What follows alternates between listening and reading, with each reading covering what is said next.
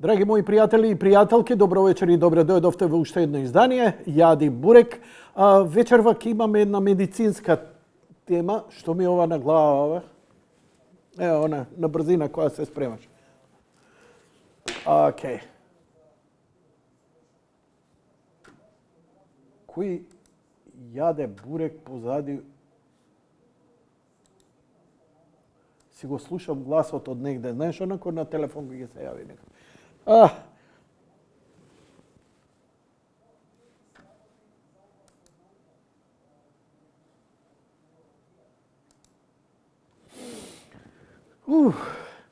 Порано кога ќе почнев, може 300 на саат да во ја врглам и да не му ја застам 15 минути сега, очигледно многу треба додека да залауфа машината. Не знам дали е до километражата или до година на производство. Океј, драги мои пријатели и пријателки, во 2016 година во Македонија се направи првата операција на промена на пол. Таа се изврши во клиничката болница Ачибадем Систина. И јас тогаш имав еден детален разговор со еден од лекарите на тимот кој изврши таа операција. Тоа беше врз државјанин на Република Македонија кој решил својот пол да го промени и многу ми наслушаме за тоа промена на пол. Во ова време, мислам дека една од најбитни работи за да разберете што се случува со светот, за да разберете зошто се случува со светот, потребни се неколку нивоа. Нивото со ракија го знам, фала, не ми треба. Нити ми користи ни како новинар, ни како човек, никако. Вам ви користи за да ви ги затапи прашањата. Ја не велам дали нешто ќе одобрите, не одобрите, прифатите или не прифаќате. Тоа е ваш личен избор. Јас зборам за да се разбере светот. Светот е комплициран, светот е сложен, особено нам ни изгледа страшно сложен во моментиве кога се што се случува е на социјални мрежи. Порано викавте, порано беше пубаво, немаше ништо. Знаете зошто немаше ништо? Затоа што немаше кај да прочиташ. Затоа што немаше кој да ти труби. Сега отвори интернет, отвори Facebook, Instagram, Twitter или X и така натаму. За секоја ситница се јаде бурек. Што е рекол Јанко, што прокакал Јанко, што кажал овој, што кажал оној. Сите све се премерува и сите секому му судиме. Дали е тоа политичар, не политичар, овој или оној. Но, јас сметам дека за да се разбере светот денеска, треба да се соочите и со непријатни прашања. Што се за вас непријатни? Па дури и за оние кои се либерални и ги познаваат и ги препознаваат и ги поддржуваат можеби наслепо. Треба малку да имаме свест, но и малце медицинско знаење што во суштина се случува и како тоа се прави. Дали е природно, неприродно, се надевам од вечерашната емисија вие ќе се извлечете соодветен заклучок. Ја не сум тука да ви наметнувам мислење, дегутантно ми е. Ја имам свое мислење и мислам дека вие што барате, ти кој бој имаш на Вардар, наш си напред Вардар, ти кој си за работнички, примитивно, ниско, затоа што се друго бара ментален ангажман. Не мора духовен, ментален ангажман. Знаеш како? Може, ако си доволно богат, имаш прескапа кола и ја даваш на сервис, види колата ти ова. Не ме интересира, поправи ја. Ама тоа 20.000 евра, ти пари, шо сакаш прави. Океј. Ама сите вие сте струченци. Слушај, карданот малци имам проблем. Види, гуртните треба да ми се сменат. Овој цинцулаторот не ми работи кој што треба, не е наштелува. Сите сте струченци. Зашто? Ветангира лично, така? И па, знаеш како, за да бидете добри родители, да ги подготвите децата, дали треба, дали не треба, дали сакаат, дали не сакаат, што се случува и како да заземете став спрема ова. Без оглед, има работи со кои не се сложувате, така?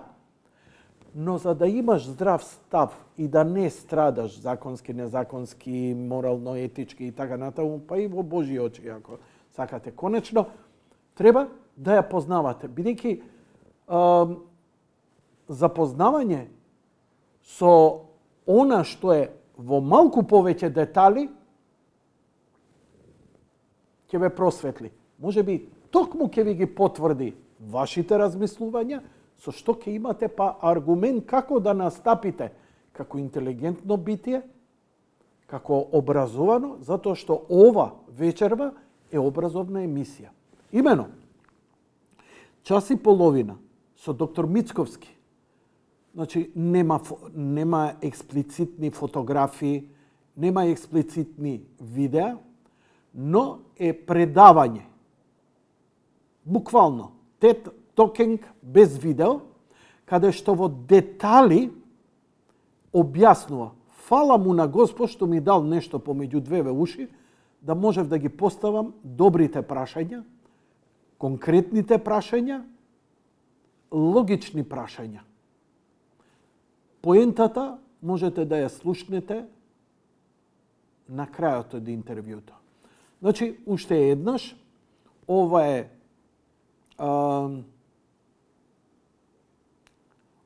разговор и едно медицинско, научно објаснување како се врши промена на пол. Доктор Мицковски од Ачи Бадем Систина, ова е, како што ви кажав, 2016 година, но од тогаш наваму ниту еден новинар, ниту еден медиум, никој не успел да извади, сега мене ми беше интересно, ја имам простор, таква и емисијата, така што може и гостинот да се обширно да се, а и ја можам да поставам мал милион прашања, што на луѓе обично ги нервира, но затоа давам огромен простор за да може да се доискаже. Така што добра образовна програма. Повели.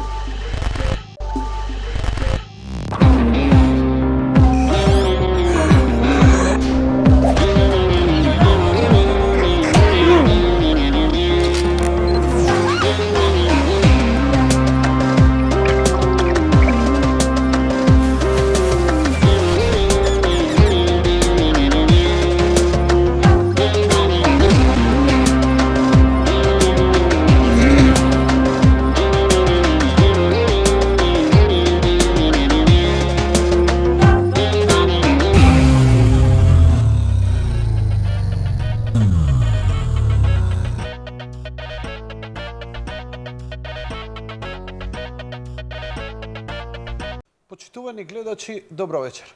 Пред да ви го представам вечерашниот гостин, морам еден краток вовед да ви дадам.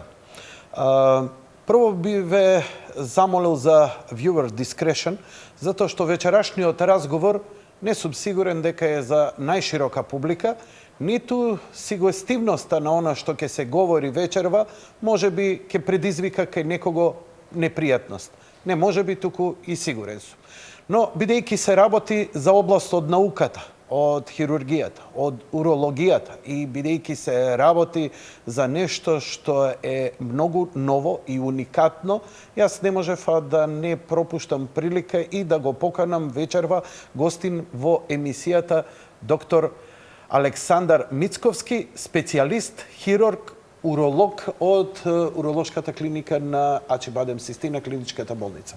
Добро вечер, добре дојдовте. Добро вечер, добре ве најдов и благодарам за поканата и за поддршката кон ова иницијатива и новитети во Македонија, во хирургијата во Македонија. Навистина, одекна просто како експлозија веста, не ни очекував дека толку ќе биде значајна, кога хедлајнот беше, насловот беше првата операција на промена на пол во Ачи Бадем Систина. Така. Но зад едноставноста на овој наслов стои еден сложен, долг, макотрпен, тимски труд и воопшто една од ретки многу тешки операции кои денеска во светот стануваат мејнстрим заради модерното согледување на светот и што ти ја знам. Ова операција беше извршена во рамки на симпозиум кој го одржавте. Малку повеќе и што све беше? Тоа беше еден голем симпозиум меѓународен со меѓународно учество по урогенитална реконструктивна хирургија, организиран од Ачибадем Систина и Белградскиот центар по урогенитална реконструктивна хирургија, со учество на хирурзи од Соединетите Американски држави, од Португалија, Бразил, од Англија, од Турција и многу наши доктори кои што дојдат да гледат, да слушаат, со за прв пат жива хирургија, значи пренос на сите операции од операциони сали директно во амфитеатарот во Ачибадем Систина. Се изведува многу уникатни операции, многу од нив за прв пат изведени во Македонија и во рамките на овој дел од Европа, Централна и Југоисточна Европа, и гостуваа и оперираа за прв пат во Македонија големи имиња на светската урологија. Беше Шон Елиот од Минесота од Соединетите Американски држави, беше Франциско Мартинс од Португалија, Кавалканти од Бразил, и сето тоа беше организирано доста ентузијастички од раководството, менеджментот на клиничката болница Систина и од професор Ѓорѓевиќ како одговорен на Белградскиот центар за реконструктивна урологија. Значи, овдека збориме за неколку десетици врвни стручњаци во хирургијата. Така, кои што е голема чест да гостуваат во нашата земја и не само што гостува и одржа предавање, туку заедно со нас и оперира. Добро, вие лекарите кога ќе завршите, специјализирате, па ни самата пракса се надградувате. Ова за вас доаѓа бидејќи школувањето не може да заврши во медицината. Ова за вас е и обука, дообука, надградба, доучување и така натаму. Апсолутно, така, апсолутно. Ова е нешто специјалистичко, затоа што ова не е офатено со редовната специјализација, ова се ретки операции, нема голема бројка, па за да биде редовна пракса во едукацијата, меѓутоа се оди до едукација, со гостувања во странство и така натаму. Како бидејќи повеќето од хирурзите направија заедно работевте, покажаа своји техники, нови техники и така натаму. Кога збориме за нови техники, за скалпел веќе 300-400 години и така натаму. Не збориме и нема замена. Значи збориме за ментално, интелектуален, научен нов пристап во хирургијата. За што збориме? Зборуваме, баш добро се изразивте, за еден комплетно нов пристап. Ако зборуваме за ова урогенитална реконструктивна, тоа е дејност која што опфаќа многу поддејности во себе. Добрите резултати доаѓаат со заеднички труд на многу дисциплини од поврзани со урологијата, кои што мора да се вклучат, да речеме за ова промена на пол. Протоколот на лекување веќе воспоставен долги години уназад по препораките меѓународното здружение на професионалци кои што се бават со овој вид на проблематика на транссексуално здравје. Тоа е тим во кој што се вклучени психијатри, и тоа минимум 2 за еден пациент, кои што ќе работат со него најмалку година дена, за да воспостават диагноза дека се работи за тој тип на проблеми. Потоа се вклучуваат ендокринолози, кои што минимум уште 1 година ќе работат на конверзија на хормоните, за да потоа со нивна препорака се упати пациентот на хирургија. Може ли за секој сегмент по нешто да ми кажете, иако не е ваше? Еве, например, рековте дека еден пациент, ако одлучи да го смени полот, тоа не може да го направи преку вечер со 2 куфера пари да дојде и да ви ги тупне. Тоа е еден Тоа Значи, е први процес започнува кој што со мора да трае двајца минимум 2 психолози. години. Двајца психијатри и психијатри. психолози, Се извинувам. кои што мора да имат едукација од областа на транссексуалното здравје, значи да бидат обучени, да имат редовна пракса со тоа да работат, да проценат дали се работи за некој хир или се работи за сериозен проблем, затоа што тие луѓе имаат сериозен проблем, тие индивидуи имаат сериозен проблем, не е тоа нешто што им текнало преку ноќ, туку тоа е проблем кој што најчесто започне уште од детството. Тие се чувствуваат различно од своите врсници, например ако машките играат со коли или било што, тие играат со кукли. Уште од тогаш тие се чувствуваат и не се тие експонирани луѓе кои што излагаат во јавност и зборуваат за својот проблем, туку напротив се работи за доста повлечени индивидуи кои што страдаат. Страдаат до моментот кога законски не сме да се пристапи на промена на пол, а тоа се 18 години полнолетство, и покрај сите проблеми, јасно изразена волја и така натаму, не сме да се работи ништо во тој правец. Се до тој момент тие имаат доста проблеми, страдаат, се чувствуваат, најчесто го опишуваат како да се заробени во туѓо тело или како што често изјавуваат се родени во туѓо тело или со туѓи гениталии.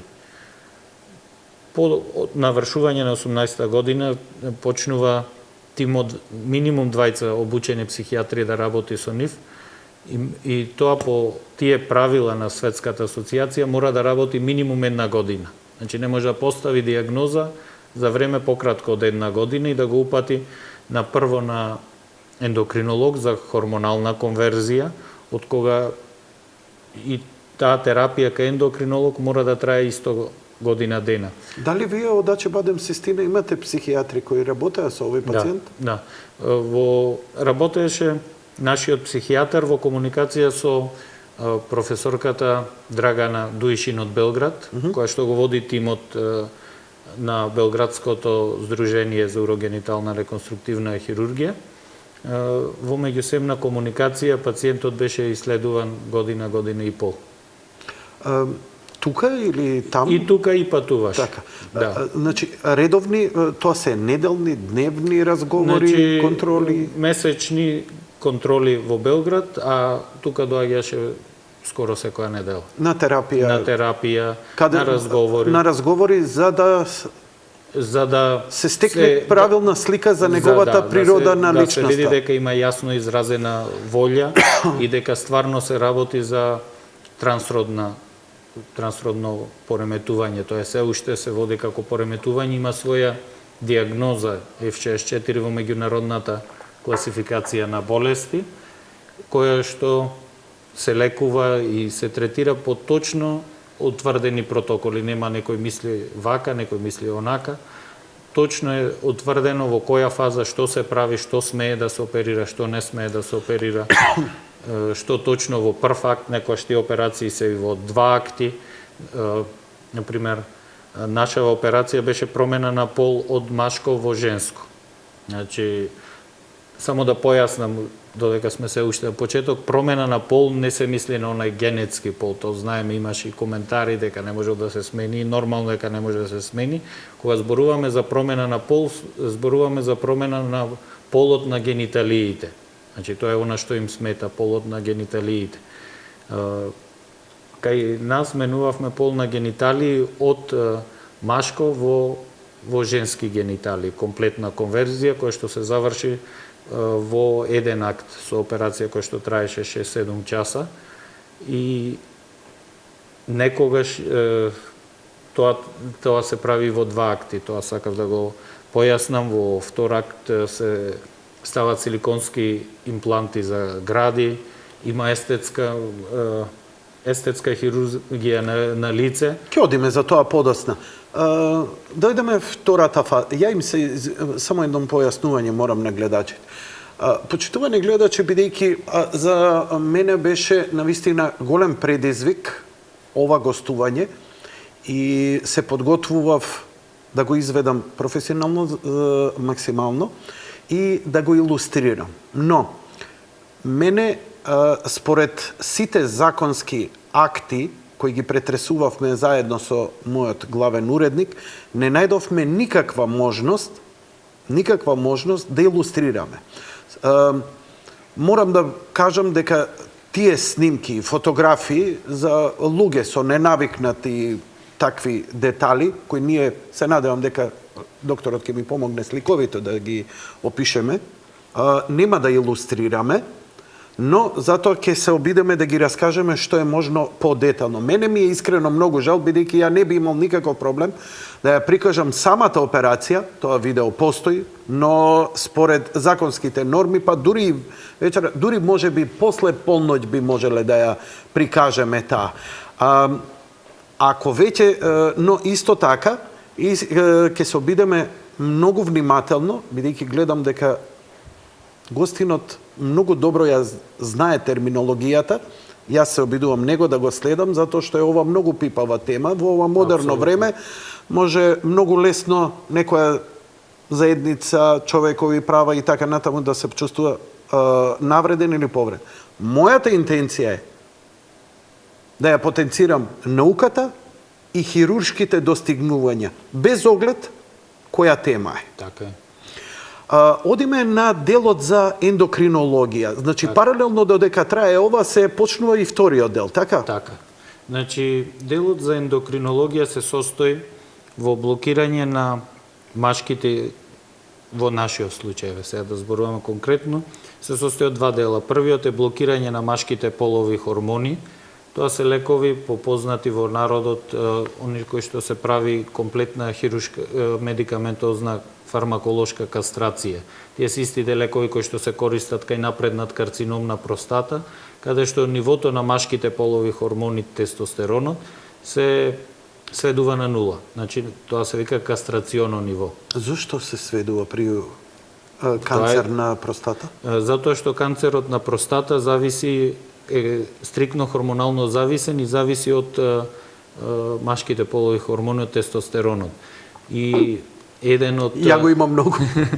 Да, и еден од начините каде што во лекувањето на карцином на простата е таа максимална андрогена блокада. Тоа е протокол кој што се вика МАБ, максимална андрогена блокада, каде што со периферни и централни антиандрогени хормони се сведува нивото на тестостерон на нула, комплетно на нула, и тоа обезбедува одлично преживување дури и кај напреднат карцином на простата со години. Добро.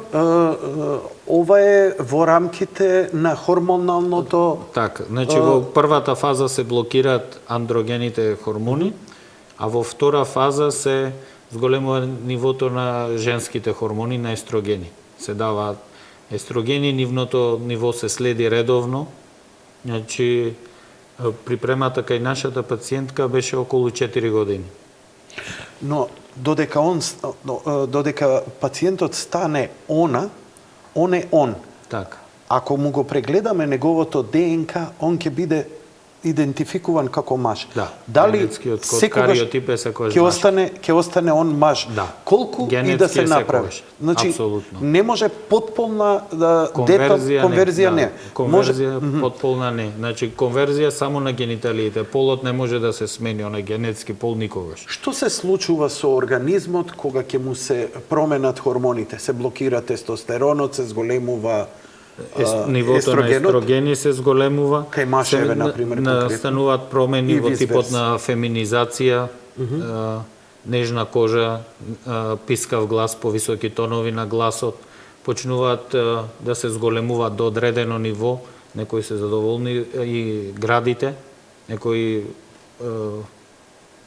пациенти се задоволни со тоа ниво, некои бараат и силиконски импланти, што се прави во втора фаза. Се проречува влакнатоста и се оди во една комплетна феминизација на машки пациенти или обратно. Ајде да се навратиме сега, пред да дојдеме на хирургијата, хируршкиот дел ќе го говориме во вториот дел од емисијата. Но, кажете ми рековте дека светската организација која се занимава, ова го третира како болест и но ова е избор на пациентот кој самоволно, цврсто, при здрава свест и при сите овие проверки се одлучува на вакво нешто.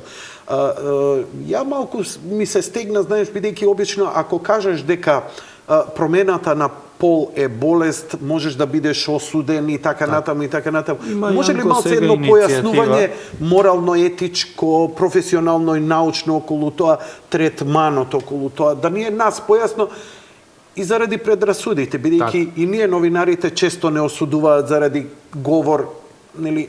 Мене ми е и добра ова поука од вас за утре како ќе се изразам, да не бидам сватен дека е говор на омраза или... Во моментов се води иницијатива пред Светската здравствена организација за промена на категоризацијата на транссексуализмот од заболување во некоја состојба и така натаму, меѓутоа дефинитивно се уште нема, се уште оди под шифра F64, во кој што F шифри се шифри на психичко заболување, кое што оди со една, дефинирано е со комплетна неудобност, така е дефинирано, на изгледот на телото и на гениталиите. Односно, ако се работи за машка индивидуа, неудобност во своите машки гениталии, изгледот на телото, и се дефинира со јасно изразена волја на нивна конверзија, комплетна конверзија, прво ендокринолошка, а потоа и хирушка. Дали после овие зафати, според вашето искуство и искуството на вашите колеги кои го направиле, дали се надминува состојбата на F63? Апсолутно, значи по операцијата пациентите се однесуваат, имаме 5 или 6 досега од Македонија, а вкупно има 24 кои што се во постапка, во консултација и така натаму. Сите се однесуваат апсолутно срекни после операцијата и после завршување на целата процедура. Тоа го опишуваат како ден кога повторно се раѓаат. Тоа им е оптоварување кое што траело долго време во животот и сега е еден нов момент. Ако гостува докторот Ортаков околу психијатрискиот момент, ќе ви објасни подетално како тоа. Имаме само ние и една многу страшна тема која со него покрај ова што ќе го разговарам, имаме и пострашна епидемија на и подобро ќе ви го опишат тој на анксиозност која ама тоа е сосема друго. А инаку ендокринолошкиот третман и припрема исто беше проведена комплетно во нашата болница по сите светски протоколи од професорот Димитровски. Професорот Димитровски. Така, но самата операција, ако не се лажам, ја изврши белградскиот професор Мирослав Ѓорѓевиќ, кој е едноставно ноу-хау ви го пренесе он ова знаење. Апсолутно, тој е наш долгогодишен соработник, веќе 7 година во Систина доаѓа. Компјутерот режија, благодарам. Каде што се изведуваат и ги изведуваме заедно најтешките реконструктивни урогенитални операции, како врвна таа 7-годишна соработка меѓу Систина и професор Ѓорѓевиќ испадна овај симпозиум и во рамките на тој симпозиум се изведоа десетина и повеќе операции, меѓу кои ова за промена на пол. Значи, ја во моментов, режија, благодарам, можеш да го дадеш во кадар гостинот, затоа што во бекграунд, на страната на господинот Ѓорѓевиќ, има детални фотографии, кои јас не смеам да ги прикажам, нели само вака оддалеку, како замаглено, каде што постојат детални фотографии и видео снимки од ова што ќе го говориме вечерва. Може сега слободно да префрлите компјутерот.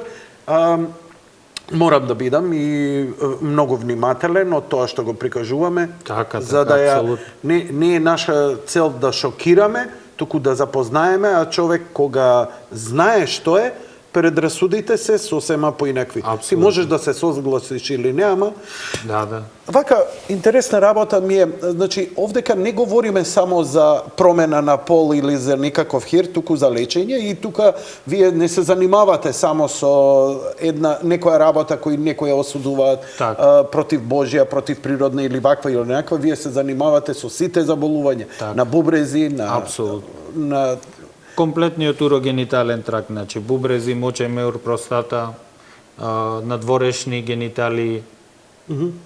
Значи тоа е комплетна во доменот на урологија е комплетниот урогенитален тракт, хирургија на урогениталниот тракт. Јас сега би ве замолил да направиме една кратка пауза, а потоа да идеме на детали од операцијата, како се изведува. Има многу подпрашања, бидејќи има многу нејасноти. Со слика би можеле тоа лесно да го ова, но ќе мора... Добро, тоа што имаме, тоа работиме. За жал, демократијата е сепак склоп на правила, а не апсолутно што сакаш анархија. Доаѓаме до најексплицитниот дел од разговорот и полека да ве ведуваме. Вие што имате, да речам, здрав стомак, по наводници, останете, вие другите, полека, пуштете си нешто повесело по другите канали. Додека смените канал, ме интересира една работа вака, како вове. Колку чини една ваква операција? Комплетно со се третманите, психолошки, ендокрино, тие 2 години и така. Колку би го чинеле реално? Не колку чинело во Систина, тоа ми кажеш накнадно. Па реално во Македонија нема некоја формира, пошто е прва операција и во рамките на овој симпозиум промотивно тоа не беше врзано со финансиски момент. Не, ќе го кажеш тоа подоцна. Меѓутоа, од прилика вака... Од прилика самата хирургија би била 10-15.000 евра. А сигурно предпоставам уште толку би бил целиот процес 2 години. Така. Значи, промена на полот не е ефтина работа. Не е ефтина работа. Но рековте дека 5-6 души до сега тоа го направиле во Македонија. Го направиле тоа кај вас, во наша институција или надвор? Не, сите се оперирани во Белград до сега. А сега Систина за прв пат? За прв пат, освен во Белград, во овој дел од Европа, зборувам бивша Југославија, Бугарија, Грција, Унгарија, Романија, ваква операција нема направено до сега, освен во Србија. Ова е прва од надвор од Белград. Значи имало пациенти кои отпатувале во Белград, имало пациенти кои дошле Белград од секаде на планета и ги оперирал професорот Ѓорѓевиќ, меѓутоа надвор од Белград е прв пат. Надвор од Белград е прв пат? Да. Добро. Да не ги работел браќата Вачовски? Па не знам за нив. Кои се сега сестри. И двајцата браќа има го сменија поло. Кои го смени? На Шер, еден од најпознатата промена на пол кој што ги оперирал Ѓорѓевиќ е ќерката или синот на Шер. Заедно со неговиот ментор, победничката на Евровизија Дана Интернешнл. Таа со брада? Не беше со брада, беше од Израел, победи на Евровизија пред 10 години, мислам. И сега стане машко? Тогаш уште беше женско. Тогаш беше женско, а сега е маж? Не, беше маж. Беше маж, а уште тогаш и победи како женска индивидуа, Дана Интернешнл. А сега е жена комплетна? Да. Тоа сакате да ми кажете? Да, комплетна жена. Појма немам. Добро, може и ќе ја најдите. Не, благодарам. Што се однесува сега до самата хирургија. Вие овдека опериравте од кој род во кој род? Опериравме од машко во женско. И оваа операција беше потполно бесплатна за овој пациент? Комплетно бесплатно. Зошто тоа го направи Систина? Зошто ги покри сите овие трошоци? И тоа, мислам, и за наредниве неколку пациенти, сите трошоци, болнички, хируршки, комплетниот третман, Систина го правиме ова затоа што е промотивно и затоа што многу зборува за една болница. На светската мапа на еминентни болници, малку болници може да се пофалат дека имаат тим за промена на пол. и веднаш во светската хирушка, значи професионална јавност одекнува кога во некоја болница ќе може да се пофали дека има ваков тип на хирургија и ваков тип на проблеми дека се решаваат.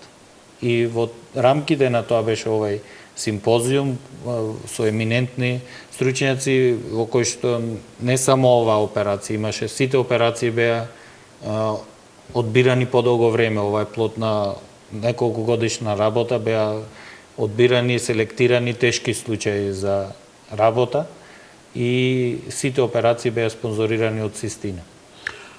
Добро. Сега, оваа нова дама, сега што имаме, која била маж, операцијата се случи пред недела, 2 недели. Тоа беше предходната сабота. Денес беше испишана од болница. Денес, да. Дали е како е со Одлично, во одлична и физички и психички? Во секој поглед. Добро. Ајде сега за самата операција да проговориме, докторе. Кажете ми, што се случува во тој процес, а ја ќе ве потпрашувам за оние работи кои се вака малце нејасни. Како е возможно такво нешто? Ќе ги објасним. Хирушките процедури за промена на пол се различни нормално, дали се работи од промена од машко во женско или од жена во маж. Кај промена на пол од жена во маж, дадено е на избор на пациенти, значи ова другото, не нашата операција, од жена во маж, дадени на избор се неколку хирушки техники, во кои што пациентите во согласност со своите желби се одлучуваат што ќе прифатат и што им највеќе одговара во однос на тоа што го замислуваат во нивниот емотивен и сексуален живот во иднина. Можни се две варијанти. Некогаш од самиот, кога се работи промена од жена во маж, од самиот клиторис, првата оперативна техника се вика метоидопластика, во која што од самиот клиторис се моделира и се формира нов пенис, мал пенис, кој што ќе може да чувствува сексуално задоволство, еротски сензации и обезбедува мокрење во исправена позиција, што е многу битно за пациентите. Меѓутоа се работи за пенис кој што е со должина од околу 5 до 6 сантиметри, значи мал пенис. Меѓутоа има комплетна еротска сензација и можат да доживеат оргазам. Како? Ајде малце сега детално. Тоа е техника во која што правите? Се сече, се откопува, еве најпросто кажано, клиторисот. Се откопува клиторисот. И што му правите? Го зголемувате, бидејќи самиот клиторис е рудиментиран пенис. Така. Значи тоа е во форма. Исто ембрионално ткиво и иста инервација има со главата на пенисот. Тоа е аналоген орган на главата на пенисот. И се пресекуваат лигаментите, значи врските кои што го врзуваат за коскениот дел од крлицата. Кога тие се пресечат, може да се добие негово издолжување и тоа негово издолжување, клиторисот ќе игра улогата на глава на пенисот, на гланс. Меѓутоа не може таа должина да оди безгранично, тоа е најмногу 5 до 6 сантим. И паралелно, меѓутоа ќе ги има сите нервни завршетоци, ги има околу 8.000. Како ги има? Вие ги поврзувате сите тие нервни завршетоци? Не, се сочувуваат, не смеат да се пресечат. Чекај, како го отстранувате клиторисот, а не ги пресечувате нерви? Не се отстранува, само се откопува и се издолжува. Што значи тоа откопување и издолжување? За да се откопа клиторисот, се пресекува циркуларно околу него и само лигаментите, кожата и лигаментите. Значи крвните садови и нервите остануваат. Да, тоа е главната идеја. Значи што правите вие физички истегнување за да се добие малце должина околу 5 до 6 Како тоа се прави? Тоа е со некоја вакуум пумпа со вака. Значи хирушката техника е се состои во тоа ослободување, точно се знае кој лигамент треба да се пресечи за да се добие таа должина. Значи ова не е едноставна процедура. Не е едноставна процедура и А предоперативно и после операција се вежба со вакуум пумпа. Значи, 3 месеци пред операција и 6 месеци после операција, да се сочува таа новодобиена должина, мора да се работи со вакуум пумпа. Професионална вакуум пумпа. Не оваа веб што беше. Не оваа веб. Добро. Тоа е... Значи, клиторисот сам по својата форма и функција, он е рудиментиран пенис, Так. внатрешните, или не знам сега како усмени тие делови, тие се како вричичките за тестиси кај мажот. Значи, Дали и тие исто се... орган на скротумот, На се скротумот, големите усни. Се големите усни. Во кој што, кај оваа операција, што сега зборуваме, значи, од жена во маж, се користат големите усни, се моделираат, се зголемуваат и во нив се стават силиконски протези кои што ќе симулираат дека се работи за тестис. А што И станува... најтешкиот дел на оваа операција е формирање на мочен канал или уретра. Значи, формирање на мочниот канал или уретра се прави со земање на слузница од образот, букална мукоза. Добро, чекај. Вака, почитувани гледачи, вие може и да си смените канал и жено донеси ми ракија, ама јас сум многу фокусиран и визуализирам. Так. А плюс тоа морам Зато да визуализирам. јас бавно зборувам. Да, и бидејќи не можам да прикажам. Јас тоа го видов и не ми е јасно, малце објаснете ми. Значи, ја попрво мислев дека е некој дел од битен дел од клиторисот заради сензитивноста, кога видов дека се вади нешто од Внатрешниот дел од образот, Од тоа образот веднаш се слузо кожа. шие, се затвара тој дел од образот И што од се тоа- прави со тоа? И од тоа се добива нова машка уретра. Значи мочен канал. не разбирам. Значи таа Значи- слузница е најблиска до слузницата што ја има уринарниот канал, онаму кај што мокриме. Чекајте, уринарниот канал е канал. Да, Тој треба да е цевка. да. Така. Да. Кај жените он завршува во матката и сосема има поинаква форма и така натаму. Така. Вие тоа не можете ништо да го Тоа го искористите. искористуваме, меѓутоа новата должина што треба да оди низ пенисот за да тие мократ нивно главна прв цел е да мократ исправени. Значи мора должина да се добие колку што е пенисот. Пошто немаме должина, немаат жените таква должина. Како ова станува цевка? Се моделира, хирушки се моделира Значи- во форма на цевка. Значи се вика таа процедура тубуларизација, во која што тој графт од букална мукоза, тоа парче или трансплантат од букална мукоза се ремоделира и се фиксира низ новиот пенис да има циркулација за него да преживее тој графт. Ја ако би терал мајтап, значи вие го сукате да од таа слузо кожа Тубуларизација направите баш тоа цевче. Така. Ја ви благодарам и се извинувам ако сум нешто некоректен, Не, се обидувам да ја разберам, апсолутно. да ја разберам целата процедура бидејќи ова воопшто не. Кога велите вие работите со минимални парчиња на ткиво, Така. тоа е потребно прво затоа што нели не може да дојде до отфрлање и така натаму Така. ќе срасне. Таа слузница кога ќе се формира како таква, Да. ако вие ја наместите, нема таа тенденција да се шири па да се затвара, нема такви проблеми, како ја задржува таа форма? Значи, тоа е докажано дека таа е најблиско до природната, до слузницата, некојаш се земале, да речеме, може, блиску е, меѓутоа се покажа како најдобра, кожа од гениталната регија, од големите усни, внатрешната страна, големите усни, затоа што немаат влакна, има нежна кожа и еластична, лесна за моделирање, и таа може да се искористи за формирање на уретра, меѓутоа многу подобри карактеристики покажа букалната мукоза. Тоа шиење не е само просто е најлесно е да се објасни формирање на цевче, меѓутоа целото негово препокривање со останати ткива е целата уметност за да сето тоа не се растури, да не се проширува, да нема фистули, значи да тече урината помеѓу тие конци и така натаму. Значи тоа е формирање на кратка уретра. мислам, ова нова уретра. Меѓутоа, некогаш пациентите имаат идеја и желба да тоа биде голем пенис, не пенис кој што е 5 до 6 сантими, што е уште потешко и таа операција е подолга него овие други. Значи, се извинувам што ви упаѓам во збор, значи, природно, ако би иделе, тој клиторис не би можел да биде од повеќе од 5 до 6 сантиметри. Да, тоа е максимум што може да се добие. Но, ете, сака некој тоа да... се препокрива со кожа, со техники за естетска реконструктивна хирургија и тоа изгледа... И го прават ли многумина ова?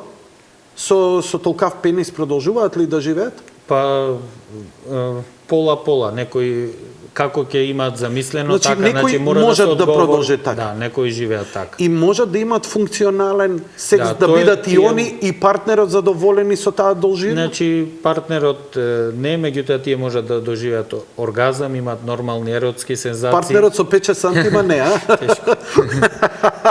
Значи, големината е важна. Да. До штета. Затоа некои одбираат да се направи реконструкција со формирање на голем пенис. И тоа е поинтересно, се зема најчесто, се зема голем графт од грбниот мускул. Тоа би дошло оваа регија овде некаде. Од неактивната страна, ако сме десничари, од лева страна. Значи, големо парче на мускул со зачувување на крвните садови и нерви, кои што тоа е потешка операција и се спојуваат со на новото место се стават и се спајаат со крвните садови за надколеницата. Значи со феморалната артерија и вена сафена. И тој графт преживува, треба да преживее. И тоа е функционален пенис. Тоа е вака. Разликата од ова е што добиваат поголем пенис, Колку поголем? оно колку што треба. Значи тој графт се зема оноко колку што треба. 15, 20. Сакате да ми кажете дека и било кој може да го направи, не само тоа, ако има желба да отиде у Сестина болница, имам мал пенис, сакам поголем пенис. Тоа не е дозволено. Значи Тоа не тоа е е дозволено? само за транссексуалци. Има други операции за зголемување и продолжување пенис, меѓутоа Ова не е. Ова не. Ова Ова не е е. премногу радикално за таа работа. Ова е Така. сериозна веќе хирургија, со сати трае. Е премногу ризично за некој ради желба да се, ова е со индикација се прави, не заради желба некој. Одлично. И второ е затоа што тој пенис не функционира на природен начин, за разлика од овој прв помал, туку за да се овозможи ерекција на таа ремоделирање, значи мора да се добие и естетика, меѓутоа и функционалност. Има специјални произведени пумпи за ерекција со резервоар со течност кои што се сместуваат во скротумот, каде што ќе бидат тестисите, кој што функционира баш на пумпување. Бидејќи пенисот е спонгиозно тело, Так. сунгерасто, Так. кое за да добие ерекција треба да се исполни со течност и Так. он така ја добива Да. ерекцијата. Е, Тоа сега, го правиме пошто- ментално. Так. Тоа го се прави ментално при емоции, при Так. возбуда, при Так. љубов и така натаму. И тоа е понекогаш и најчесто работа која е подсвесна, не е со контрола, немаме контрола врз тоа. Значи, овој пенис што го доби пациентот сега, 33 годишен. Не, кај нас беше обратно, чисто ги објаснувам можностите за операција. Кај нас беше од машко-женско. Од машко-женско. Да. Ние сега збориме од женско Од женско-машко, па ќе дојдеме на И крај сега, до... што се случува па со женските органи? Тука збориме за матката, за ондека Се каде прави трансвагинална преку вагината хистеректомија, значи се вади матката, а Јајниците? јајниците може да се извадат, најчесто може да останат со тоа што добиваат хормонална блокада. Не мора да се вадат. Зависи од одлуката и од желбата. Меѓутоа, тоа што се прави мора да комплетно да ги нема женските. Значи, кажав, од големите усни се креира скротум во кој што се стават силиконски протези.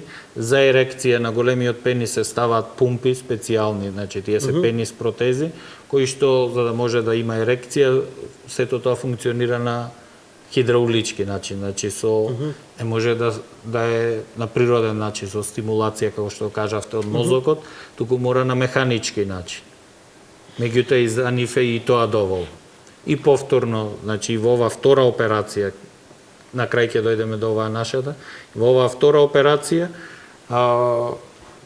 уретрата, значи мочниот канал, повторно и за тој голем пенис мора да е од слузница од образот. Вагиналниот дел, оној дел кај што е Г точката, каде што кај жената, што се случува со него? Него потполно го затварате? Се затвара, да. Се затвара? Да. И што станува? Он се спојува, или останува? Не смее да остане ништо. Не смее простор Ништо, празен. простор Како успевате тоа да го споите? Го сошивате се целото? сошива, А се сошива и кажам. ткивото се мртов простор не останува. Не останува мртов простор. Мртов простор не смее да остане. Кај вас се случи од Обратно. Од машко во женско. Како создадовте првото и клучното, како од пенис создадовте клиторис? Ете така.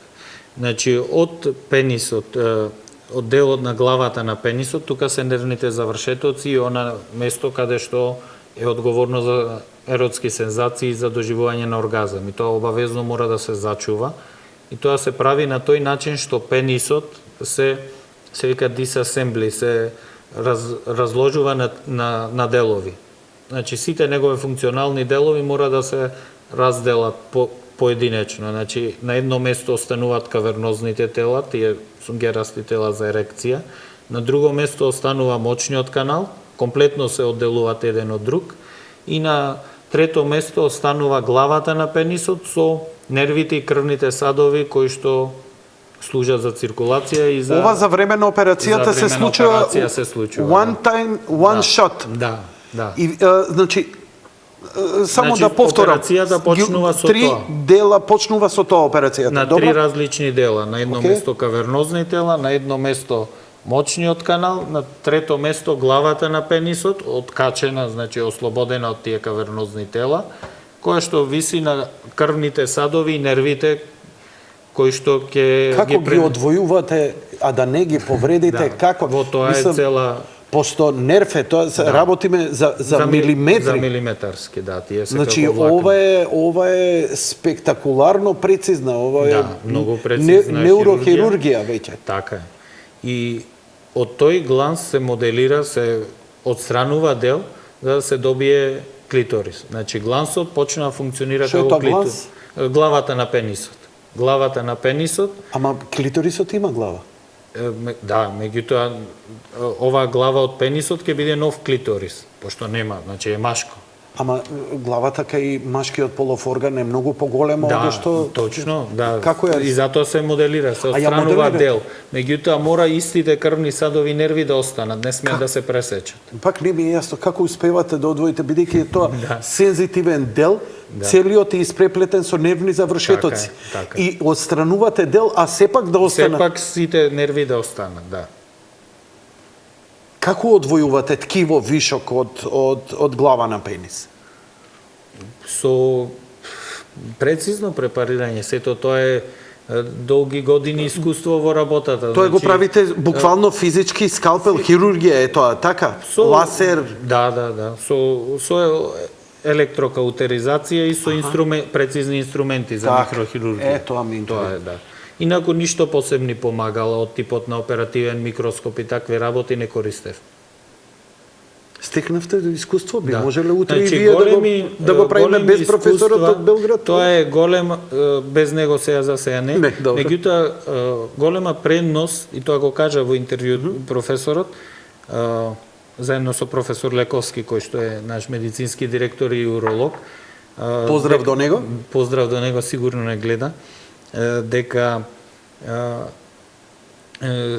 искуства од овој тип на хирургија дале огромен придонес во третирање на многу други заболувања, како што се повреди на генитални органи, како што се, што да кажеме, вродени аномалии, како хипоспадии, значи внесот на букалната мукоза слузница за реконструирање на уретра, кај разни повреди, кај разни малигни заболувања, кај зрачење и така натаму, дала овој тип на хирургија дала искуство и школа за употреба на цел овај, на сите овие оперативни техники да се искористат во многу други корисни делови од урогениталната реконструктивна хирургија. Значи, го расклопивте Така, и од него ќе направите... Тоа е првиот дел кој што се вика пенис дисасембли. Добро. Меѓутоа, сето тоа се прави со рез како циркумцизија за сунет и со зачувување на комплетната кожа на пенисот. Добро. Значи, кожата на пенисот, потоа овие делови се вадат како низ цевка од кожата на пенисот према назад, према телото. Кожата да остане Добро. без да се повреди. Зошто? Затоа што од таа кожа на пенисот едниот крај слепо се затвара и се инвертира, ние го викаме се излекува како чорапе, како да кажеме најпросто. Добро, ве разбирам. И од тоа се формира новата вагина. Значи, од тоа се формира новата вагина. Се прави простор помеѓу дебелото вториот дел од операцијата, пациентот се преместува пациентката во гинеколошка положба, се прави тунел помеѓу дебелото црево, крајниот дел на дебелото црево, ректумот и мочниот меур, и таму се сместува ова новоформирана вагина. Тоа е она што ја морам да ја разбијам камерноста на муавет женските кои ќе прашаат. Добро, што имате вие помеѓу тоа и тоа, што имате помеѓу? Ништо. Значи, тоа е тој дел овдека, ништо што е помеѓу, кај мажите, помеѓу пенисот и ректумот, тоа е тој дел каде што се... Пак само не ми е визуелно, ја можам да го прикажам, за жал не ми е дозволено во ова време на слобода и демократија. Затоа ние кога разговаравме, многу полесно ако ова се види. Многу полесно е него илјада зборови, меѓутоа... Јас се извинувам за 1000 зборови, затоа што веќе ве имам тука и... Нема проблем. Значи, ај малце попластично објаснете ми. Како кожата на пенисот таа останува? Тука веќе треба да биде вагината, под него, така? Под него, точно. Како ова не ја сечете, а станува он вагина? Така. Значи, вака. Одиме на врвот на пенисот, кај глава. Добро. Циркуларен рез. Сите ткива што се внатре, низ еден друг рез тука, на базата на пенисот, се извлекуваат према надвор тие сунгерести тела, кавернозни тела, главата, значи као низ лушпа се извлекуваат и се, тоа што правиме, се разделуваат едно од друго. Овај дел што останува е само кожа. Едниот крај од таа кожа, овај горниот, се затвара слепо, ние го викаме, во два слоја се затвара слепо, тоа ќе биде дното на вагина. Потоа, овај дел, овај врвен дел, се излекува наопако, се потопува и се преместува, значи не е пресечена врската со телото, за да има своји крвни садови и така натаму, и сето тоа се потопува во тој новоформиран тунел. Тунелот хирушки го сечете низ ткивото. Какво киво е таму? Таму е мускули од дното на крлицата. Значи мускули, масно ткиво, има и тенка фасција денонвилиерова помеѓу мочниот меур и дебелото црево. Во тој слој се... Што станува со простатата? Простатата останува. Простатата останува и се користи, меѓутоа зошто не се вади? И тоа е опишано, затоа што под дејство на овие антиандрогени хормони кои што ги блокираат машките, што реков се користат и кај карцином на простата. И под дејство на женските таа комплетно атрофира по медикаментозен пат, по пат со лекови. Под дејство на тие таа и комплетно ја снемува, да кажеме, или се скврчува, или така да кажеме. И таа се користи во оваа фаза на техниката да оваа нова вагина, за да не пролабира, да не испадне во првите неколку месеци, се фиксира за простатата. Значи, нели, простатата е испод мочниот меур, а испред дебелото црево. Кога ќе се стави новата вагина тука, се прикрепува со конци за неја, за да не пролабира, викаме, да не испадне надвор. Све разбрав. Така. Све разбрав. Одлично. Ако не разбрале гледачите, сигурно се вџашени од мене што сум го разбрал. Луѓе мои, само да ви кажам, после 50 година све ова ќе го разберете. Немој, помладите се смеат на муабетов, ама ќе дојдеш 50 година. ректален преглед и преглед на простата не ви гине. И спремајте се психички ако сакате долга и здрава старост. Така е. Вака. Ме зачудевте малку бидејќи новоформираната вагина се фиксира за простатата. Так, Мислев дека так. простатата како орган е многу пипав, многу сензитивен за да има капсула. Има тврда капсула простатата. Така. Обвивка, тврда капсула, така, тврда па за неа за неа се користи. Значи затоа да и се нема прикрепи. ризик. Да. Затоа што нели за да не испадне мислев за околното ткиво се врза, ама ако меѓутоа, тоа ако голното е помеко помеко и масно ткиво и може да може и него да го повлече. Вака простатата има тврда капсула и затоа тоа се користи. Добро. И за уште еден лигамент, значи врска помеѓу коските на крлицата има многу кратки а јаки лигаменти. Значи врвот на новата вагина се прикрепува за еден лигамент, се вика сакроспинозен лигамент, кој што е еден од најтврдите, можеби најтврдиот лигамент врска во карлицата и врвот се прикрепува и за него. Средината негде за простатата и тоа е сосема доволно да не се случи една од главните компликации испаѓање, пролабирање на таа вагина. Жените околу вагината имаат мускулно ткиво. Така. Која при сексуален однос создава контракции или се шири или се стега или предизвикува задоволство. Дали кај ова истото се создава или се додава или она потполно нефункционална? Прво и по нервни завршетоци, значи дали оргазмот може да биде исклучиво клиторисен на врвот на пенисот или самата вагина може да предизвика чувство на задоволство и кај пациентката новоформирана, бившиот маж, а и да му предизвика задоволство и на тој што... Ова е многу паметно прашање. Не се договоривме за ова, Ништо меѓутоа не е сме многу се договориле. Многу паметно. Размислувале на таа тема поголеми стручњаци и за да се овозможи и покрај клиторисен оргазам, да се овозможи и еротски сензации од новата вагина, докажале дека е добро, тоа се прави, да дел од мочниот канал, пошто сега ќе има вишак, или бил долг заради должината на пенисот, кај треба да се скрати. Наместо да се фрли тој канал, се вика се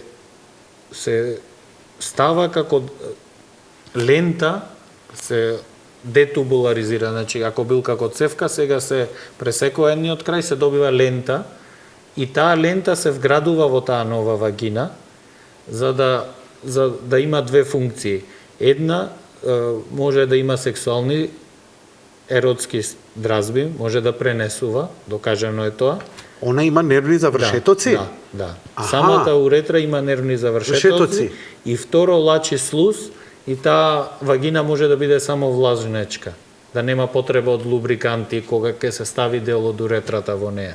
Значи, потпун сексуален однос како да се не да се симулира, туку едноставно да се иницира потполно реален сексуален однос со навлажување, со ерекција, со чувство на задоволство и за двајцата. Така.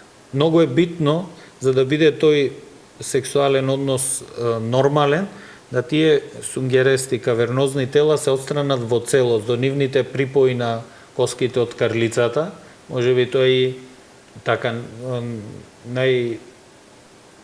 еден од најбитните делови да се направи како што треба, бидејќи ако остани барем малку ткиво од нив, тоа може при сексуални дразби повторно да се полни со крв и да создава болка. Добро. И тие мора комплетно да се откачат од комплетна длабочина на пенисот до дното на карлицата, каде што се држат за зидовите, добро, да се ослободат комплетно и да се отстранат.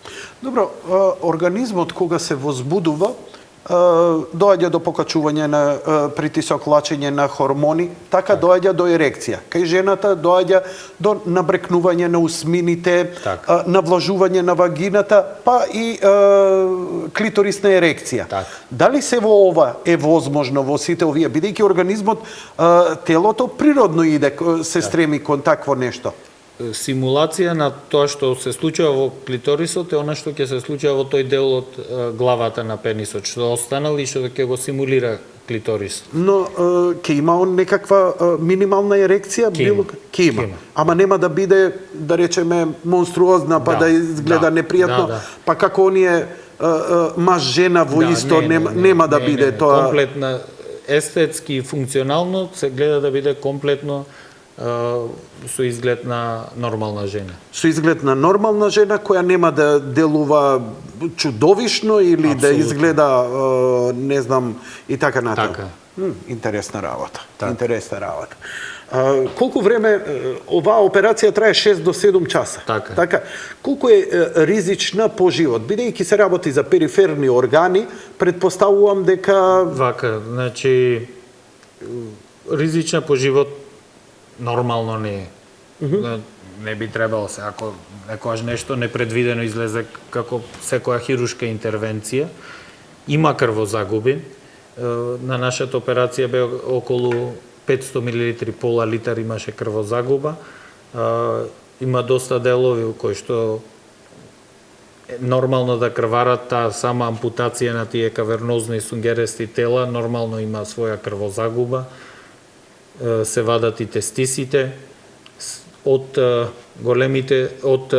кожата на скротумот се формираат големи усни, а пак од ткивото кое што е околу главата на пенисот ќе прерасне во мали усни, значи комплетна естетска.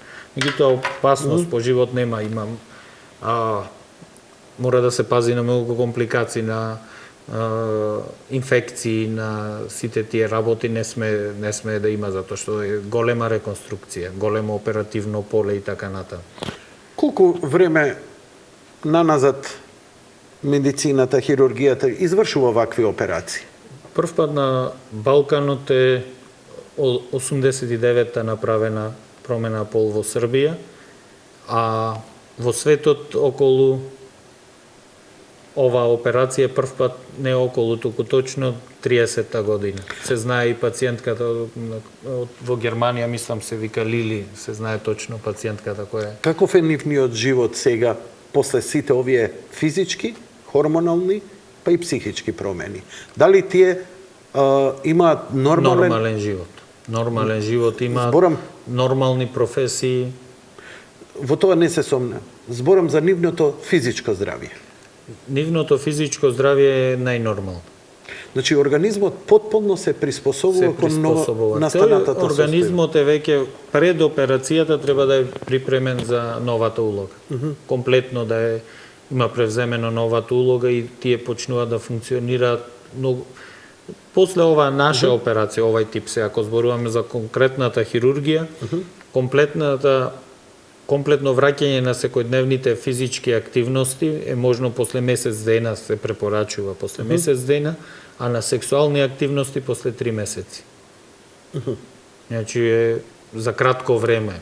Подолго трае оној период на припреми И уште неколку подпрашања во врска со новоформираната вагина. Да. Бидејќи се прави исклучиво внатрешноста од кожата на пенисот, тоа е една варијанта, ќе кажам која уште е една. наопачки превртена Точно, заради слузокожата. Так. Дали она дава скоро иста сензација како нормална здрава жена? Па не е комплетно иста, не е комплетно Добро. иста, меѓутоа се труди овој тип на хирургија да даде најприближно што може. Варијанта Б сакавте да... Варијанта Б, кога нема доволна кожа, кога имаме пенис кој што нема доволно големина, таа големина е да се добие 10 сантими должина на кожа за вагина. Кога ги немаме тие 10 сантими должина, се прави вагина малку покомплицирано со отварање на стомакот и преку сегмент од дебело црево, од сигмоидниот колон. Дел од сигмоидниот колон се вметнува помеѓу мочниот меур и ректумот, завршниот дел на дебелото црево, и тоа станува вагина. И тогаш можеме се добива и таа функција на самовлажнење заради секрeciјата на слуз и така натаму. Значи, варијанта Б, ако нема доволна должина на гениталната кожа на пенисот, е да се земи сегмент од дебело црево. Тие се 2 популарни техники, или таа или таа. Фасцинантно е колку и покрај ваков стрес и ваков третман, организмот успева да се приспособи и да продолжи со нормален живот. Тоа ми е, можеби, Мене не ме чуди вашата професионалност. Вие сте, не знам, ова е на ниво на филигранство, нели, многу суптилно, неурохирургија и така натаму. Но ме фасцинира способноста на организмот да се регенерира и приспособи на новата ситуација и да ја преземе новата улога. Ова ме фасцинира кај човековиот организам, бидејќи ова се страшни стресови, а вие денеска ја испишавте пациентката. Да. Апсолутно, многу точно, баш фасцинантно и цела убавина на овој дел од хирургијата реконструктивна е што резултатите се гледаат веднаш уште. За кратко време нема потреба години или месеци или па за разлика на пример од онколошка хирургија на тумори кај што резултатите се одлични, меѓутоа или добри, меѓутоа се гледаат по преживување по 5, по 10 години така натаму. Ова се гледа со самиот завршеток на операцијата, се што е направено се гледа. Но рековте дека многу од овие техники кои за нас, нели, е многу интересно телевизиски ги збориме, фасцинантно се збори менување пол, кој е про, кој е контра, кој му е фасцинантно, кој му е дегутантно и така натаму, но од сите овие техники се произведени и дојдени од техниките кои во урологијата се за лечење на болести на мочоводните органи, на простата, на рак на простата, на тестиси, хормонални терапии кои не се само за оваков вид на операции, туку е еден цел след на сето тоа. Што све овде ке имате вие во целава оваа палета на како уролог? Значи мислите генерално како Генерално, да. Генерално како урологија се работи комплетна, значи за ова наша урологија македонска, за жал најмногу се работи онколошка урологија, малигни тумори. За жал има се повеќе и карциноми на тестис, карциноми на простата. Скоро сите малигни заболувања се во епидемиски пораст. И за жал голем дел офаќа тие. Меѓутоа хирургијата на тие малигни заболувања, радикални операции на простата, на мочен меур, карциномите се доста чести. Тие радикални операции каде што се вади комплетно мочниот меур па се заменува со дел од црево и така натаму. Овај дел нема голема фреквенција да има да биде чест, меѓутоа викам со вакви симпозиуми каде што се собираат пациенти од повеќе места и стручњаци од повеќе места и ова станува рутински дел и така се разменуваат искуства и се наоѓа се поголема и поголема примена. Ке идеме со вториот блок реклами, а после тоа ќе разговараме за она што, нели, обичниот балкански мачо, се во ова му е дегутантно, забавно и така натаму, па би сакале да поразговараме и за машкото и за женското здравје од неколку аспекти на нашата, нели, несериозност или омаловажување на проблем, но како се ближи 50-та година, би сакал да ни објасните што го чека мажот во сопствената ароганција на семоќ која има во моментот. Океј, го завршивме, докторе, овој делот. Навистина има многу познати луѓе кои се одлучиле на промена на полот. Мене барем најпознати ми се браќата Вашовски, кои се сега сестри Вашовски, креаторите на познатат култен серијал Матрикс, еве го кодот веќе им иде. Така што, знаете, луѓето се уште гледаат со многу скепса спрема овие луѓе, дали се нормални, не се нормални и така натаму, но не, тоа со господинот Ортаков, вашиот колега, ќе поразговараме. А сега малку за машкото и женското здравје. Имено, знаете, Вие велите дека вистинска епидемија владее на канцер Да, кај машки и кај женски полови органи и комплетно на уролошки. уролошкиот канцер. Две работи се во епидемиски пораст врзани за урологијата. Едната е неплодноста, која што посебно и овој дел на Европа е во голем пораст, и второ се малигните заболувања. Значи, се што е врзано со клетки кои што брзо се размножуваат, во овој дел од Европа е последниве 10 години во епидемиски пораст.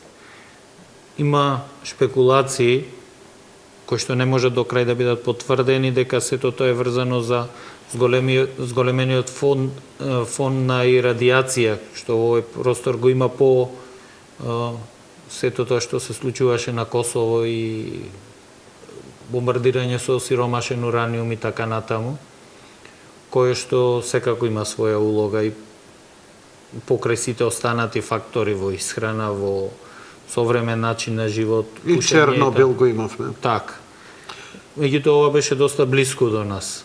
Ова беше блиску до нас. Ова беше блиску до нас. Дали бидејќи јас сум бил на прегледи и така натаму, гледам дека на онколошкиот дел кој се прегледував чисто да отстранам некои сомнежи во врска пред неколку години, гледав дека во чекалните огромен број на пациенти од Косово доаѓа на вашата клиника, бидејќи има најсовремени скенери за детектирање на канцери, кои едноставно па и во разговорот вика вистинска епидемија владее таму, најверојатно од последиците од војната. Така. Може има да огромен број. За жал, во Македонија и во Косово нема регистар точен на да сето тоа го изразиме на избројки, меѓутоа ни секојдневната пракса и према она што го оперираме, се повеќе оперираме исклучиво онколошка хирургија, последици врзани за малигни заболувања, се повеќе се појавуваат заборавени форми на карциноми или ретки форми на карциноми, каде што на светско ниво и не во моментов, туку комплетно во историјава на медицината има, например, по неколку случаи, испод 10. Пример, тоа што ми оставило сеќавање кај нас во Систина, од типот на малиген меланом на жолчно кесе, кој што е ентитет кој што ретко се гледа, или ретки карциноми каде што патолозите се намачуваат и 10 пати ги препроверуваат на одите, затоа што во светската литература има само неколку случаеви. И за жал се повеќе го имаме тоа. И второто е што се повеќе имаме кај млади, кај популација во која што не се очекува појава на одреден карцином. Имаме карцином на дебело црево, серија на пациенти испод 30 години со карцином на дебело црево. А јас сакав да кажам дека луѓето веќе околу 50 година обавезно треба да направат еден преглед на колоноскопски. Меѓутоа, токму тоа, значи, вон сите водичи имавме 29 годишна девојка со карцином на дебело црево. Значи, што зборите, докторе? Јас извинувам заради мојава непрофесионална реакција. Тоа е нормална реакција, меѓутоа тоа го гледаме веќе секој ден, за жал. Имаме една серија која што цел персонал, затоа ни недостига регистар, меѓутоа од секојдневната пракса се гледа, има серија на деца одбитоа со тумори на мозок. Не знам колку случаи последнија неколку месеци, деца, зборувам, најстарото 9 години. Со тумори, то малигни на мозок. Ке треба очигледно колегите од онкологија да ги поканам овдека. Маж мора да направи, жените имаат малку се попедантни, они редовно прават, помалку или повеќе прават редовни прегледи, поредовни се за гинеколошко-акушерски прегледи и така натаму и така натаму, имаат добра навика и тоа е убаво кај нив. Кај мажите такво нешто не постои. Не постои. Апелираме доста кога гостуваме по емисии во сите форуми да и мажите тоа им влезе како навика, меѓутоа сепак се порезервира. Добро, може сега на шала да го вртиме? Може. Тоа влегување е буквално, значи не е тоа само ментално да влезе, бидејќи мојот прв преглед на простатата беше губење на невиност, буквално. Да. Така е. Значи, голем... не се брише вака, него вака течеше од мене.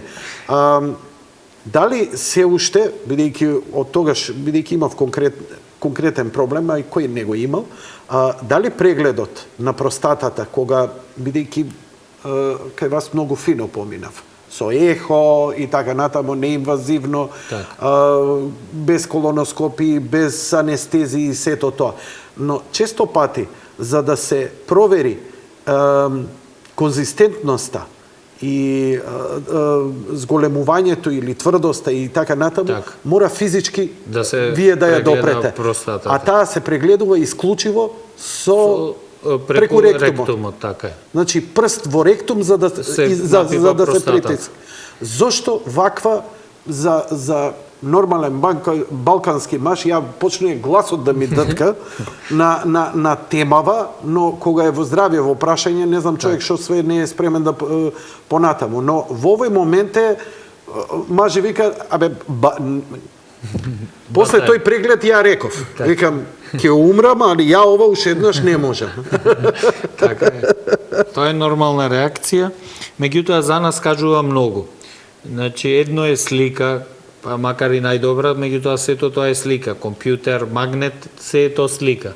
Она што не може со сликата да се долови, тоа е конзистенцијата на простатата. Таа се опишува по состав како овај мускул овде на палецот од раката, мускул на тенарот.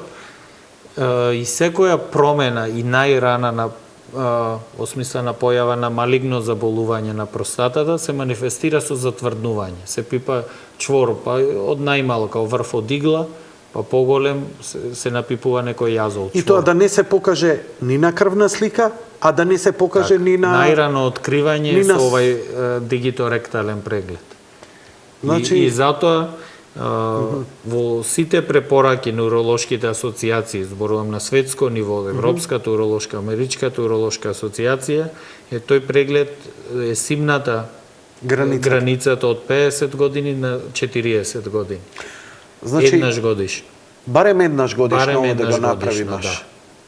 Ова не е шега, ова малце како џоук ми изгледа мене, ама... Да, е доста сериозно и го викат еден од најскапоцените прегледи, бидејќи не кошта ништо, стои моментот дека е непријатен, меѓутоа открива голем број на информации, го открива карцином на простатата, кој што е втор по зачестеност карцином кај мажите после белодробниот карцином, го открива во најрана фаза, кога се уште не е биохемиски манифестиран во смисла на покачено ниво на простатичен антиген, туморски маркер во крвта, кога се уште не може да се детектира со ниедно друго испитување од типот на сликање, методи со сликање како што се магнет, компјутер и така натаму. Што препорачувате вие како уролог за добро здравје? Значи, апсолутно, кај што луѓе мислат дека има ризик. Во секоја возрастна популација си има свој предоминација на кои малигни заболувања очекуваме да ги детектираме и сите уролошки малигноми многу лесно се детектираат. Еве, например, карциномот на тестиси се манифестира на популација помеѓу 15 и 35 години. Значи, тоа се млади, здрави мажи. Што ми изборите, значи, по старите години скоро и да нема карцином на тестиси, сите тие се млади мажи со предоминација околу 20-25 година најчесто. И ако ви кажам дека тој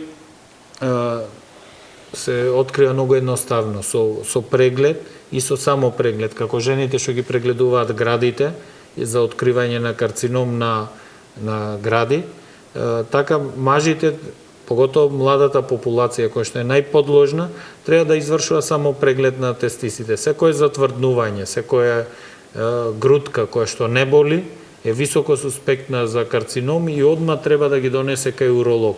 Да ви помогнам ја вака, како стручен во оваа област. Значи, драги почитувани мажи, додека се туширате и додека пеете, раката доле и ќе ги испипате фино тестисите, треба да е округол, треба малце да те боли ако го стисне и не треба да има ништо на него. Ништо Така. во смисло на тврдо, Бидејќи на онака чворово. тоа го правите кога сте под туш, продолжете онака, ама убаво со фокус направите го и штом забележите нешто, Так. веднаш пријавете. Така. За постарата популација, симптоми што треба да ги доведат покрај онај рутински еднаш во годината преглед на уролог е за тој скрининг на карцином на простата. Меѓутоа има и други уролошки тумори и симптом кој што треба да ги доведе е присуство на пример на крв во урината. Поготово присуство на крв во урината не поврзано со болка, не поврзано со симптоми на уринарен дискомфорт како што се печење, често мокрење.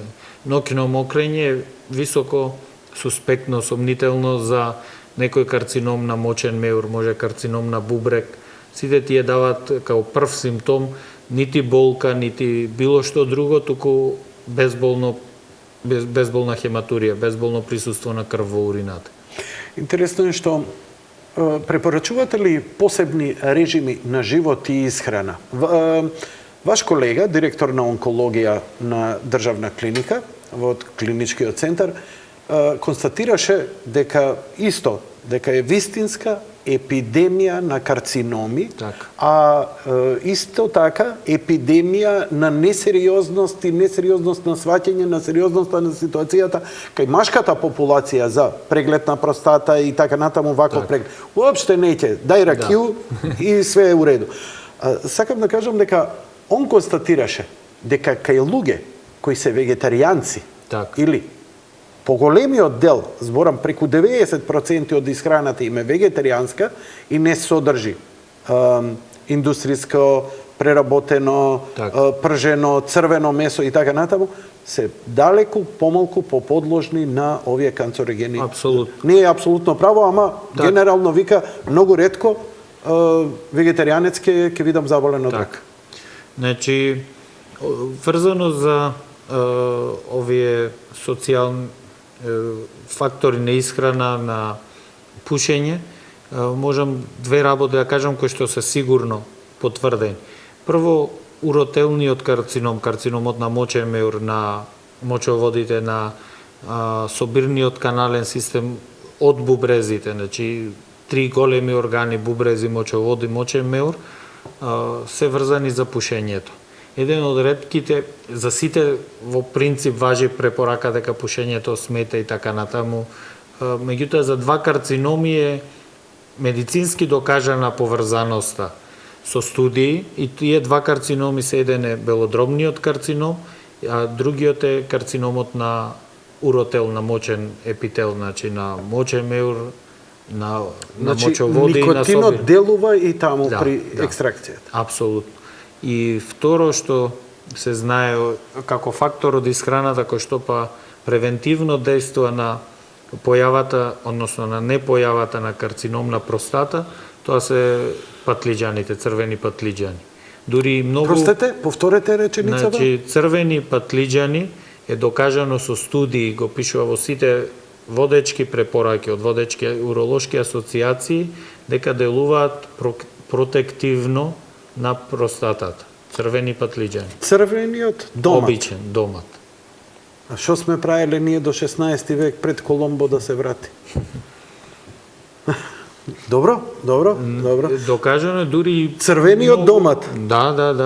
Бидејќи доматот не е зарзават. Он е овошје со висока количина на шеќер. Так. Меѓутоа дури полно лекови од западните фармацевски компании кои што наводно помагаат, не наводно, туку со студии докажано дека помагаат во превенирање на карцином на простата, не во лекување. Во превенирање се базирани на екстракт од патлиџан, од домат. Што е таа материја кај доматот што е докажане, не можам сега да се сетам баш на називот. Сега знаете што ми е проблемот?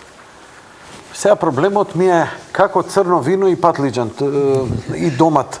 Вашиот колега, Така, доктор да, Маријан да. Димитровски, препорачуваше добра чаша вино секој Да. ден за добро здравје на Васкуларно, срцето, да, васкуларно. Кардиоваскуларно здравје. Вие домат препорачувате За простата. за простата и сега како да ги скомбинирам, некако вино и домат не ми иде. Да. Значи, за ова бенигно зголемување на простатата, доста пациенти имаат одлични резултати со семки од тиква. Значи, семки од тиква за она бенигно зголемување. Меѓутоа, патлиџанот, доматот е за превенција, пишам во стручната литература, на карцином на простата. После 50 година, не само јас, многу мои врсници забележуваат дека не можеме да одспиеме цела вечер, а да не станеме Так. неколку пати во вечер. Треба ли да не загрижува тоа што ноќното мокрење ни го пресекува сонот и така натаму и така Така, натаму? значи ноќното мокрење е симптом од зголемување на простата, кај некој тоа почнува порано, не се знае зошто, кај некој се зголемува простата и дава повеќе симптоми, кај некој помалку се зголемува. Меѓутоа, повторно ќе кажеме дека поготово појавата на симптоми е сигнал кој што треба да не одведе на уролог нас мажите. Ама добро, јас зборам без исклучок. Ја не знам маж после 50... Апсолутно. Нема маж Ретко, после 50 ретко, што може ретко, да... така е, ретко. Ама не се сите болни. Па простатата се зголемува кај сите. Некој викам и кај мал сите се зголемува. Кај некој е тоа од неколку грама, 5-10, кој што не бара никаков третман. Меѓутоа, Што значи тоа не бара третман? Зошто е зголемена? Тоа ако е зголемена Никој не значи дека е заболена, така? така. Аха. Тоа е бенигно зголемување, старечко зголемување, кој го вика така. со Као губење видот. Така, као губење видот, врзано за промена на хормоналниот состав. Меѓутоа, до крај се знае дека има врска со една активна форма на тестостеронот, кој што се вика дихидротестостерон, на машкиот полохормон. Добро. Меѓутоа, никој не знае зошто кај некој е тоа зголемување повеќе и ги води пациентите на операција, а кај некој ќе го помина цел живот и никогаш нема да оперираат Као простата. што исто не знаете ни зошто е зголемен бројот на, можеме само да претпоставуваме, на канцерогените заболувања. Кај мажите има еден проблем, има една табу тема за која ретко се разговара, каква е ситуацијата и како ги третирате тие луѓе. Најчесто тоа е еректилната дисфункција. Проблеми со сексуалниот живот, стрес, не мора да е заболување. Дали ако некој маж има таков проблем, и конечно се реши, сака да си го надмине тој проблем, треба вам да ви се обрати, а не да иде на психијатар или што ти ја знам. Или кој другар ми актерот што идеше на баба да го бае. Жива вистина. Жива вистина. Убитува некоја имало баба го бае, отиде кутриот. Ми беше гостин овде, не го каже у програм. Иде викаме, баеше, вика, и ништо, вика, уште 3 месеца, вика, после само дојде. Значи, такви приказни има многу. Сите, ние мажите сме многу осетливи на таа проблематика. Не знам ја тоа. За други. И има 1000 начини кој како си помага, меѓутоа многу работи можеме да сториме. Едно од полињата на модерната урологија која што брзо се развива, многу нови препарати, скоро секоја година излегува по нешто ново, нови начини на лекување и тоа збориме за Виаграта. Има многу понови работи, мислам, Виаграта е како група на лекови, инхибитори на фосфодиестераза се златен стандард. Имаат одлично дејство и имаат своји индикации. Меѓутоа, постојат и многу нови модалитети на лекување. Се состојат од комбинација со пронајдени се сега лекови кои што дејствуваат на продолжување на времетрајањето на сексуалниот однос или ерекцијата кај мажите на сосема нов механизам. Значи, секој и тука им помагате вие тоа? И можете да им препишете конкретно кому што? Да. Значи има лекови кои што се користат од светот, за жал ги нема во Македонија, меѓутоа голем број мои пациенти им советувам, па имаат и линк на преку кој што порачуваат и се препорачани од светските асоциации. Тие се лекови кои што по својот состав, хемиски состав, се како антидепресивите, меѓутоа немаат антидепресивно дејство, а имаат ултра брзо споредено со нив. Например, ако антидепресивите почнуваат да дејствуваат во период од 2 до 3 недели, овие почнуваат да дејствуваат во период од 2 до 3 часа. Значи, непосредно... А на што делуваат они? Они не делуваат на психа, они делуваат на нервните завршетоци. На нервните завршетоци, ја намалуваат нивната сензитивност и го продолжуваат времето на ерекцијата. Амизолски. Па на таа база се, хемиски се на таа база, меѓутоа немаат... Ке завршам медицински, уше 10 интервјуа со вас и медицина, ке почесна диплома ке земам. А добро, еве да ве прашам, кога веќе збориме за ова. Има и уште, освен проблеми со ерекцијата, има проблеми и со предвремената ејакулација. Так, да. Овие лекови се за таа. Овие лекови се за таа. Ова се единствен лек кој што е познат до сега за тоа и е специфичен за тоа, покрај оние ставање на локални анестетици да се намали сензитивноста на пенисот. А тие креми што се продаваат да се намали сензитивноста на главата на пенисот, затоа што дава преголема дразба и пребрзо. Да. Тоа не значи дека орален лек преку уста кој што тестува на таа предвремена ејакулација и го продолжува време трајањето на односите, се овие лекови. Но за жал ги нема во Македонија. Но за еден мој близок човек кого ти го оперираше, поточно како се вика стручно образувањето? Циркумцизија. Ми рече дека го подобрува сексуалниот живот затоа што врвот од пенисот станува помалку осетлив и отрпнува малку. Навистина е тоа така? Тоа е навистина. Не е мит, а? Не е мит.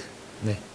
И дека таквите обрезаните многу потешко заболуваат од рак на пенис. Така е. Во еврејската популација кои што имаат многу современа медицина, меѓутоа и многу добра медицинска евиденција.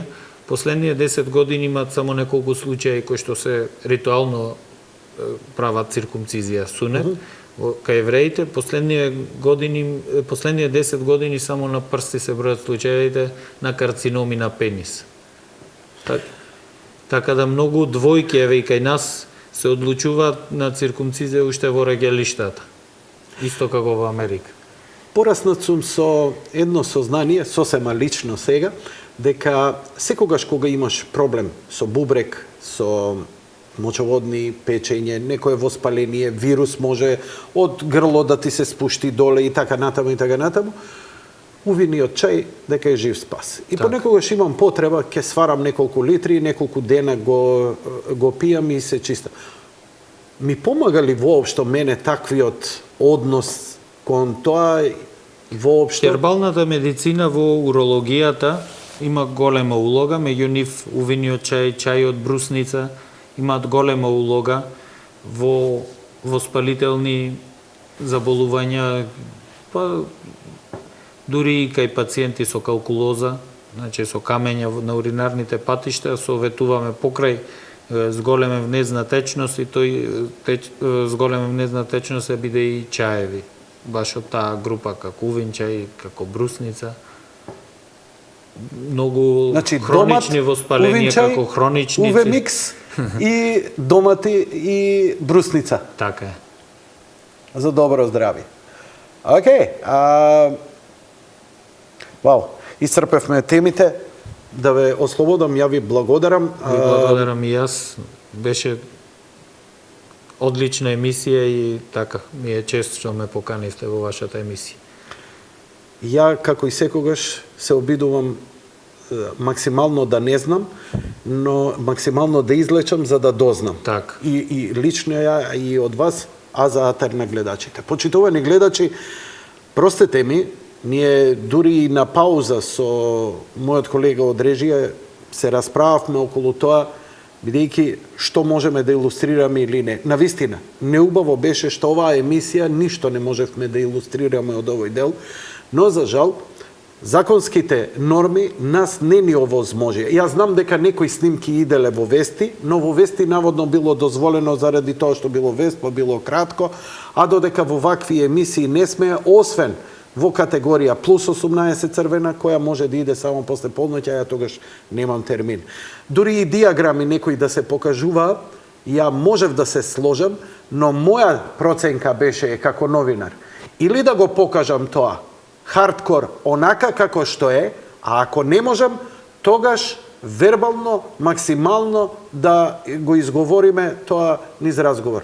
Простете ми, ова е мој избор, бидејќи втора опција нема. Третава опција не знам како ќе изгледаше воопшто. Благодарам за вашето внимание.